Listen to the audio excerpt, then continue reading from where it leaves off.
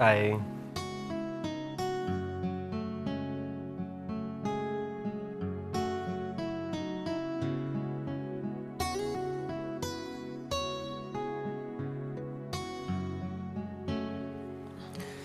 मंदार, काय झालं? काही नाही ग. डॉक्टरनी सांगितलं की you are perfectly all right. म्हणून रडतोयस? स्वतःला खूप समजावलं होतं मी की तुझ्यासमोर मी असं काहीही करणार नाही.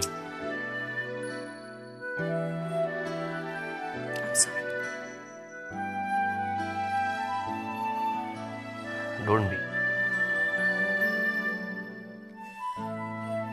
मंदार, मी खूप त्रास दिला ना तुला? Are you crazy? It's okay dear. Now you just get well soon. पटकन बरी हो.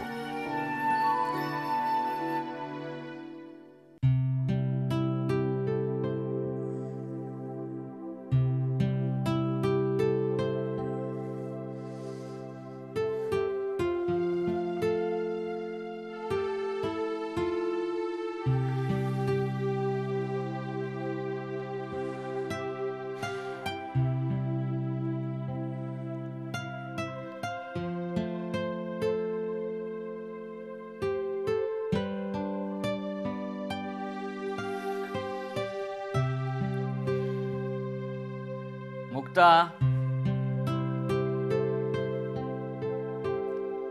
मुक्ता,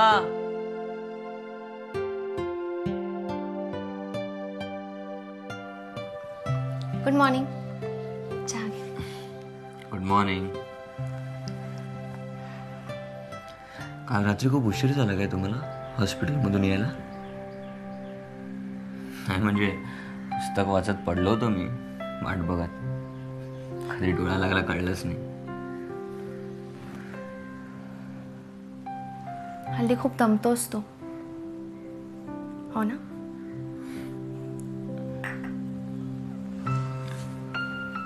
मधुरा वहिनी कशी? फारशी बरी नाही. म्हणूनच तर आम्ही तिथे उशिरापर्यंत थांबलो होतो. आय जस्ट होप ती लवकर बरी होऊन घरी जाईल.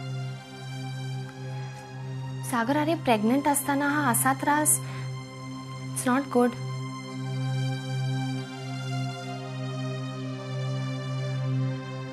You don't worry. तिला बेस्ट मेडिकल ट्रीटमेंट मिळते. She'll be all right. सगळं काही व्यवस्थित होईल.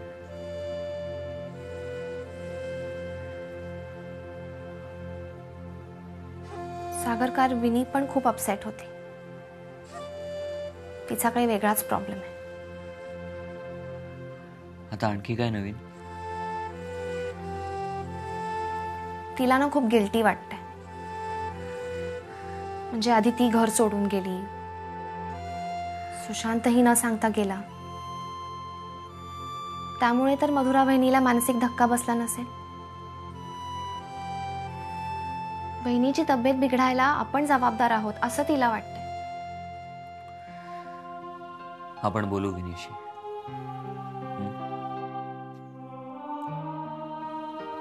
सागर,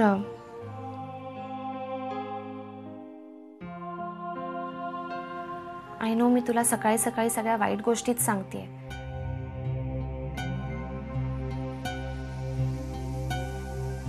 पण आणखीन एक गोष्ट आहे जी मला तुला सांगायलाच हवी. कोणती?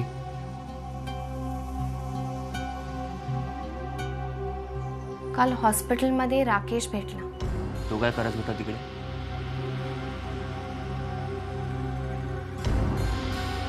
तो तिथे विनीला न्यायला आला होता. तुला काय बोलला? नाही, मी लगेच कॉफी आणायला गेले.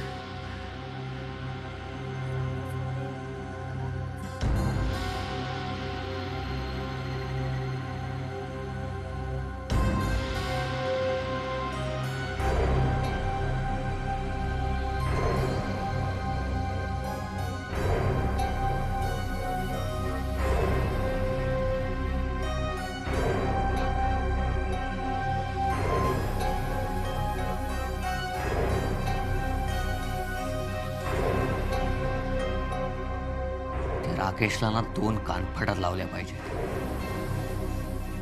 त्याशिवाय त्याचं हे असं वागणं बंद होणार नाहीये. सागर, मी पण तेच केलं.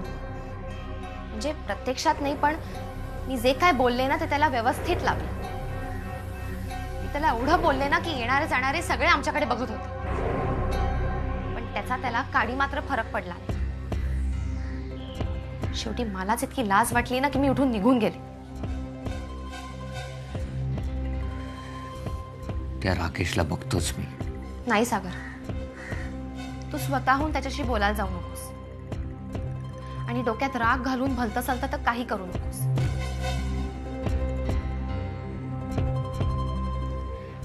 सागर,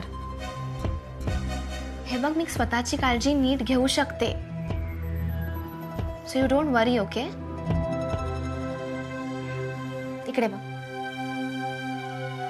तू आधी मला प्रॉमिस दे, तू डोक्यात राग घालून घेणार नाहीस. Promise me.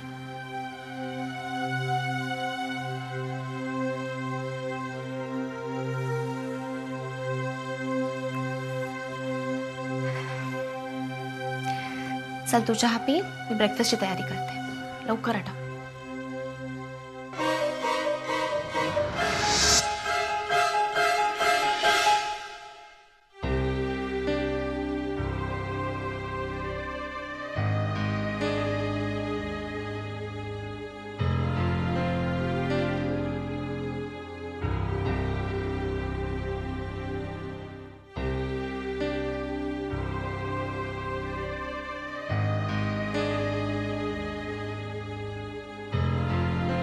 विनी, बच्चा कसला एवढा विचार करतेस? नको एवढा विचार करूस ग. हे बघ, जी लोक दुसऱ्यांना फसवतात ना त्यांच्याबरोबर असंच होतं. रादर असंच व्हायला पाहिजे.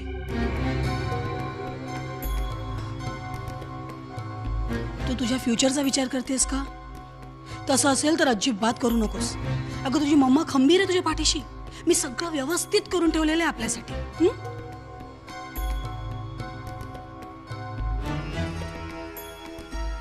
फक्त आता मला एक प्रॉमिस कर,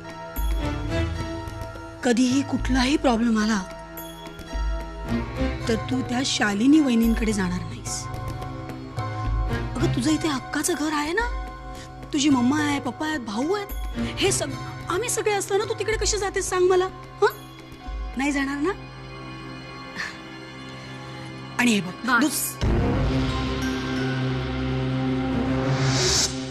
बास झालं मामा. बंद कर ही तुझी नाटकं. मधुरा बहिणीची कॉम्प्लिकेशन्स तुझ्यामुळे झाले. विनी, काहीही विचार न करता वाटेल ते बोलायची सवय झाली तुला. आणि एक गोष्ट लक्षात ठेव, मधुरा बहिणीला जर काही झालं ना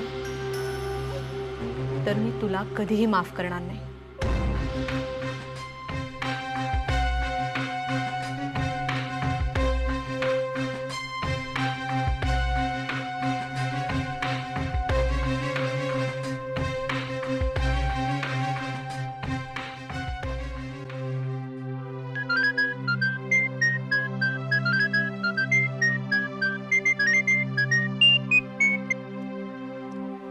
हॅलो, मी सागर बोलतोय. बोल. तू कसा काय फोन केलास आज मला? मी तुला वॉर्न करण्यासाठी फोन केलाय. यापुढे जर मुक्ताच्या वाट्याला गेलास ना तर मी हे विसरीन की तू माझा लहान भाऊ आहेस. सागर, असं काय बोलतोस माझ्याशी? तुझी नाटकं बंद कर आता. तू मुक्ताला काय बोललायस, तिच्याशी कसं वागलाय सगळं माहितीये मला. इतके दिवस तू लहान आहेस म्हणून मी निग्लेक्ट करत होतो, पण यापुढे मी तुझी गय करणार नाहीये. यापुढे जर तू असा वागलास ना तर तुझ्याच पातळीवर उतरून मी तुला धडा शिकवेन. लक्षात ठेव. So better behave yourself now.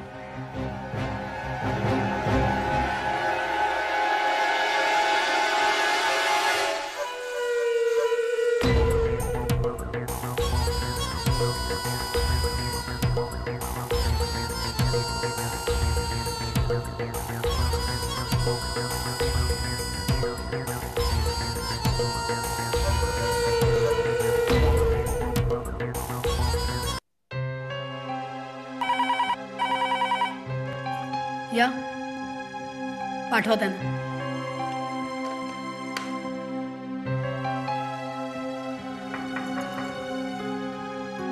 Come in.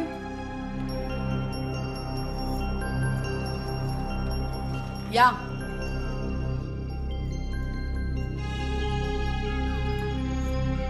काम झालं? हो, तुम्हाला हवी असलेली अमृत स्वीटची सर्व माहिती. गुड. या तुम्ही. मॅडम, तुमचा चेक रिसेप्शन वरून घेऊन जा. Thank you madam.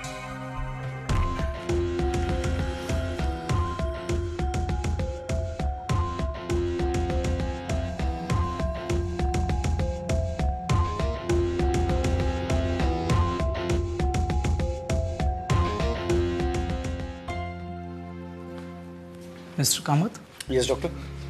हे बघा, मिसेस कामतांची तब्येत आता एकदम स्टेबल होत आलेली आहे. उद्या सकाळी तुम्ही त्यांना घरी घेऊन जाऊ शकता. ओ थँक्यू सो मच डॉक्टर. हां, पण निदान 8 दिवस तरी कम्प्लिटली रेस्ट द्यावी लागेल त्यांना. तर त्यांचं डाएट आणि औषधं मी लिहून देतो. तुम्ही चहा घ्या आणि मला येऊन भेटा. हो please. Yes, thank you once again doctor. Okay.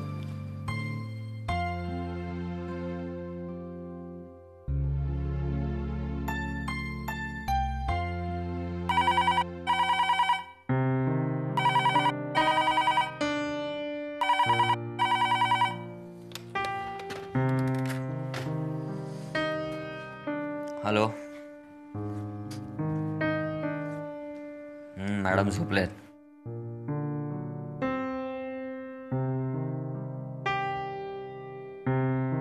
काय सांगतोयस काय? अरे पण कधी, कसं? अरे हे बघ, तू डोकं शांत ठेव, पॅनिक होऊ नकोस. आसपासचा डॉक्टर बघ आणि आधी उपचार करून घे. आणि टेम्पो तिकडे सोडू नकोस, ताबडतोब इकडे घेऊन ये. हा, परत काही मदत लागली तर फोन कर. ओके, ठेवतो मी आता.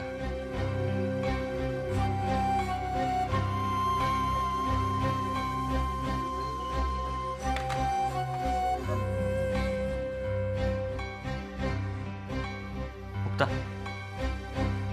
मुक्ता. काय रे, काय हवंय का तुला?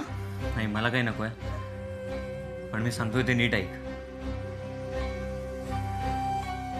तुमच्या अमृत स्वीट्सच्या टेम्पोला अपघात झालाय. काय? हे सगळं कधी, तुला कधी कळलं? हे बघ, आता ड्रायव्हरचा फोन आला होता. रस्त्यात टेम्पो कोणीतरी थांबवला. ड्रायव्हरला आणि इतर वर्कर्सना खालती उतरवलं आणि त्यांना बेदम मारलं आणि मालाची नासधूस केली. काय सांगतोस काय तू सागर? पण आता आम्ही काय करू? हे बघ मुक्ता, तू काळजी करू नकोस. अगं, बिझनेस म्हटला की असल्या गोष्टी होणारच. तू डोकं शांत ठेव, काही होणार नाही, काळजी करू नकोस तू. पण सागर, केवढं हे नुकसान? आता नुकसान भरून निघेल त्याची काळजी तू नको करूस. अगं, धंदा म्हटला की असल्या गोष्टी होतातच ग.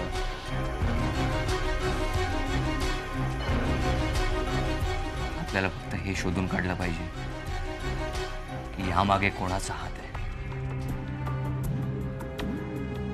हे असं सगळं करण्याची गरज कोणाला असेल? कोणी केलं असेल हे?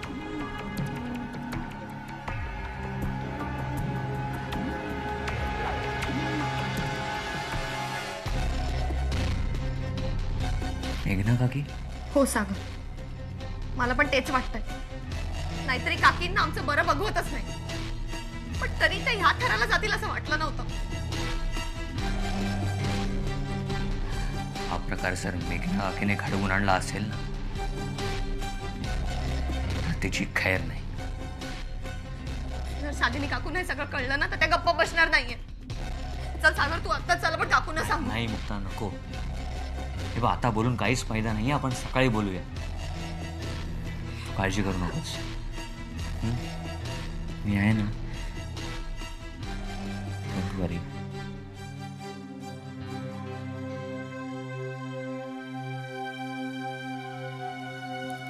काळजी करू नकोस. असं होतं. कांता, आपल्याला थोडंसं कर्ज हवंय, म्हणजे मला जरा पैशांची गरज आहे. तुम्ही काय टेन्शन ठेवू नका साहेब, फक्त अर्ज भरून द्या.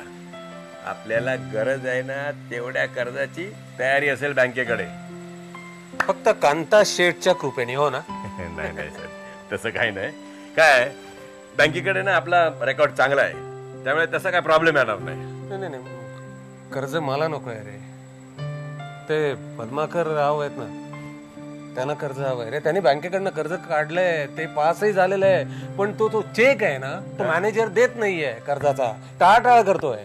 तेव्हा त्या पद्माकर रावांना गप्प बसावं लागतंय. फोन आला होता मला, काय करावं मला कळत नाही. हा तिडक केव्हा आणि कसा सुटणार आहे?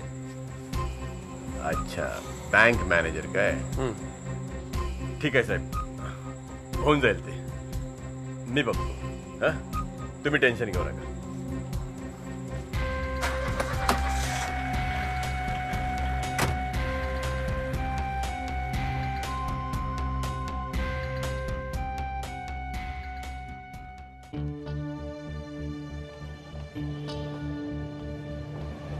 काय बाबू बोलवलं?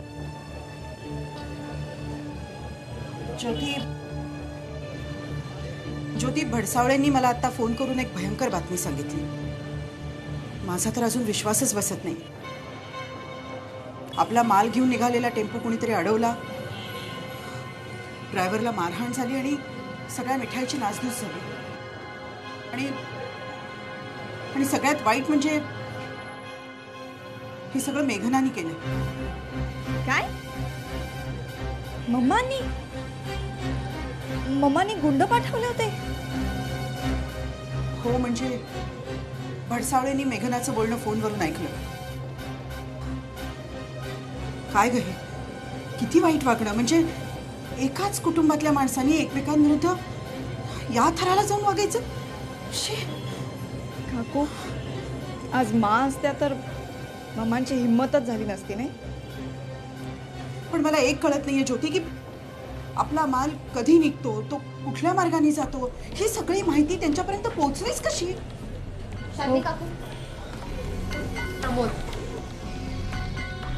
प्रमोद, तू इथला इन्चार्ज आहेस. इथले सगळे हिशोब वगैरे तुझ्या हातात असतात. तू आपल्याकडचे काही खास किंवा गुप्त माहिती कुणाला दिलीस? नाही मॅडम, असं मी का करेन? मला माझ्या नोकरीची काळजी नाही का? अरे, तू मुद्दाम केलंयस असं नाही मी म्हणत आहे, पण आपण पटकन चुकून कुणाकडे काहीतरी बोलून जातो ना, म्हणून विचारलं. नाही मॅडम, मी शपथ घेऊन सांगतो, मी असं काही केलं नाही.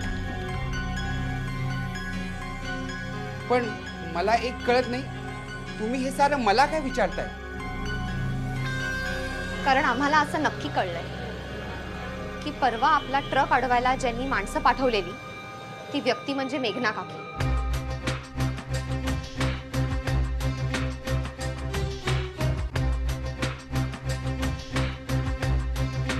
आणि त्यांना आपली ही सगळी आतली माहिती कोणी पुरवली आहे हे शोधून काढायचं. मुक्ताताई, त्यासाठी लांब जायची काय गरज आहे? काखेत कळसा आणि गावाला वळसा. तुमच्या मेघना काकूंना माहिती कोणी पुरवली हे तुम्ही ज्योतिताईंना विचारा ना. सासूबाईचं काम सुनबाई नाही करणार तर कोण करणार?